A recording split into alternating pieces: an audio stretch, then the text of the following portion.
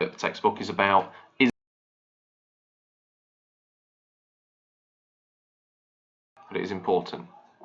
So we look at whether or not everyone's equal, we look at the impact of international trade, and look at the help that's available to support particularly developing countries. So the context here is very much about developing countries. So firstly, is everybody equal? The answer is no. Income is not divided equally between households within countries. This concept is known as income inequality. There's two types of poverty. Absolute poverty, where people cannot afford the basics of life, the necessities that they need to survive. And then there's relative poverty, where people are unable to access goods and services which are considered to be normal for that society or that country. Relative poverty is obviously very different in the UK, for example, to an African nation. Those living in relative poverty are said to be living below what we call the poverty line. The poverty line, by the way, is literally an income level, which is decided within that country about what is normal within that society. So it can change, obviously. There is no standard definition of what that actually is. It's different everywhere. The poverty cycle, obviously this is an LEDC or a less developed country context, is where living in poverty makes it more difficult to escape it in the long run. And that's often due to lack of education. So young children don't stay in school, they go out to work to try and earn money to support the family. Because they aren't educated, they're not able to get a good job, which ultimately means the cycle starts all over again. If you look at this, this is a good graph to show income inequality over time. This is actually for the UK. So you can see even in a developed country, it differs. So you've got, for example, in 2009-10, the blue line shows the top 10% of income, and that is held by over 30% there. And the bottom here, 10%, they have almost 0, 1, 2% of income in the UK. So that is showing over time that that gap between the top and the bottom is getting bigger. If you go back to 1972 and 73, you'll see that the gap isn't as big at all. So income inequality in the UK has grown. Even though the economy has grown, that gap between rich and poor has widened. So in the UK and many developed countries, absolute poverty has been almost eliminated because we have something called the welfare state or the benefit system, which is a provision of benefits for those that are very poor. So even if you're living on the streets in the UK, you have access to usually food through certain either charities or it might be government provided opportunities within cities. So the welfare and benefit system also aims to redistribute income from rich to poor through taxes such as inheritance tax. If you inherit a lot of money, you have to pay a big chunk of tax on it, which is then redistributed to the poor in society through the benefit system. It's also why we have an income tax system, where the more you earn, the more you pay. So that reduces income inequality. So can international trade help here? International trade is the exchange of goods and services between countries. LEDC countries, less developed countries, often specialise in the production of goods which they have a surplus of. So it might be that they have a large supply of oil, some natural commodity, or some agricultural products that they've got loads of. So they try and sell them to other countries to make money. The benefits of this international trade, well, you can sell your domestic resources, oil, minerals, whatever it might be, to earn money which can be used for investment purposes and help your economy grow further. You can access wider choice of goods from abroad. That might be consumer goods or machinery, capital goods, which can help you grow. International trade also brings competition, which will help keep prices down for consumers and raise their living standards because they can afford more. Drawbacks, though, often, like we say with LEDCs, over-specialisation occurs. They specialise too much in certain commodities. Remember, commodities are goods where their prices are determined by global demand and supply, so they have no control over it. And if you're specialising in the production of wheat, for example, and the global wheat price declines, so does your national income, which can be harmful to the economy. And also, it can cause a decline in domestic industry if you start to buy things from abroad, which can increase unemployment in your country. Protectionism is a concept where you erect barriers to trade, such as what we call tariffs and quotas. The reason you do it is to protect your domestic industries, and therefore jobs within your country. A tariff is what we call a tax on imports. It raises revenue for the government and ultimately the prices of goods, which encourages switching to domestically produced alternatives. So it reduces the amount of imports coming into a country. A quota is not a tax, it's a physical limit, it's a number. So you're only allowed to import 10 of these goods each year, for example. And that encourages switching again to domestic goods, which helps the domestic economy, your own economy. There's also non-tariff barriers such as regulation or quality standards. So you're not allowed to import so-and-so if it doesn't meet this particular standard, which again restricts the number of imports and encourages people to buy from businesses within their economy. One of the major problems with protectionism is that it can result in what we call a trade war. So if you impose a tariff on one of your trading partners, they may do the same to you, which ultimately wouldn't be beneficial for everyone really in the long term. It just raises prices for consumers and costs for business. One of the main reasons firms engage in protectionism is to protect their jobs in domestic industries. That's the main thing. It might be that you've got an industry which is just developing and therefore you want to allow it to grow to a point where it can compete on an international scale. So you protect it through tariffs, quotas, etc. That's known as the infant industry argument. Google it if you want more information. Just to mention the European single market, well, you'll have heard a lot about that in the news recently. That is a free trade area. So if you're a member of the European single market, you can enjoy tariff-free and protectionism-free trade within that market. But the European Union itself does actually agree to impose tariffs and quotas on trade with non-member states. So outside of the European Union, it's more difficult to trade within it. This often happens with agricultural products, for example, which protects farmers within the EU, particularly France.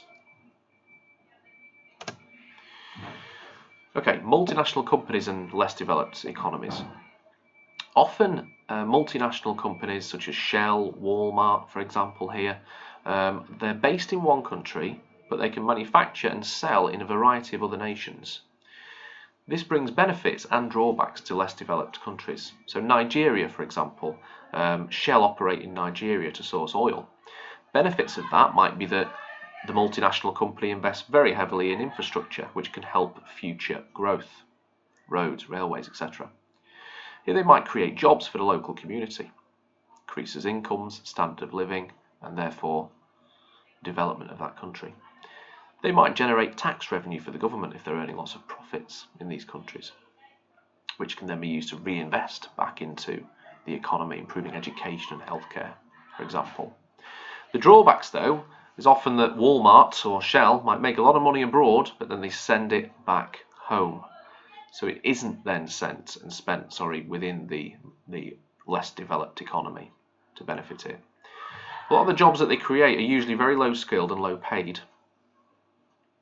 And there's often a lot of criticism, particularly of energy companies, about pollution and socially irresponsible behaviour. So you must remember those arguments. This could be a potential essay style question on this. So is there any other help then, finally? Well, the answer is yes, there is. There is help. LEDCs, historically, they borrow externally, so i.e. from other countries, or what we call the World Bank, to try and invest and create growth. The World Bank is an international organisation which grants loans to developing countries. Those loans are meant to be for investment in infrastructure, in education, which help future growth. Obviously, they have to pay interest on these loans, though. So often all this borrowing has led to them having unsustainably high interest and debt repayments, which has meant they haven't got enough money left over to be reinvested in infrastructure. I think Uganda was I think it was 80% of their income earned from exports was being used to help pay off their debt. So hardly any of it was left to actually benefit their economy. So the World Bank doesn't favour what we call debt relief, which is the reduction or cancellation of debt. But it does consider it if countries are able to meet certain criteria over time. Other countries have been encouraged to cancel debt, so the UK has cancelled some debt to developing countries.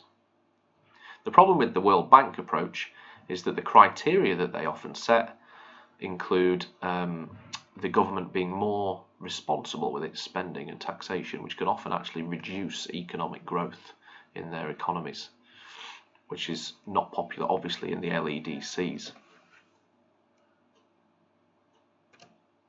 Other things to consider: encourage a diversified industry. That means to avoid that problem of over-specialising. If you have industries in multiple aspects or multiple areas, you are not as exposed to big changes in commodity prices on global markets. If the demand all of a sudden dried up for oil, for example, because of new technology, there'll be a lot of developing countries in a lot of trouble because they haven't got anything else to fall back on. As you look at emerging economies like Qatar or Dubai, for example, they have invested oil revenues into other industries to help them survive in the future. You can encourage investment spending in infrastructure, in education, in healthcare to raise standard of living and improve future economic growth prospects. You can limit population growth because the bigger the population, the more strain on public services and therefore living standards. You can encourage free trade, the benefits of international trade that help support these developing countries. We've also got these NGOs or non-government organisations and charities which work to help support developing countries. So charities, obviously, they aim to improve living standards and reduce poverty by taking donations in developed countries and sending that money or goods and services abroad to the developing nations, which help raise the standard of living. NGOs such as Fair Trade, which as you all probably know is a campaign to improve income levels for farmers in LEDCs and promote ethical responsibility in firms, they aim to give farmers a fair price for their cocoa, for example, that's used in chocolate. And then there's the World Trade Organization, which helps to promote tariff-free and quota-free trade worldwide, which can help developing countries to develop. Okay, so finally some essential exam skills to remember. Context is key. Even on the short questions that might only be 2, 3, 4 marks, you must try and use context. It's arguably the most important exam skill.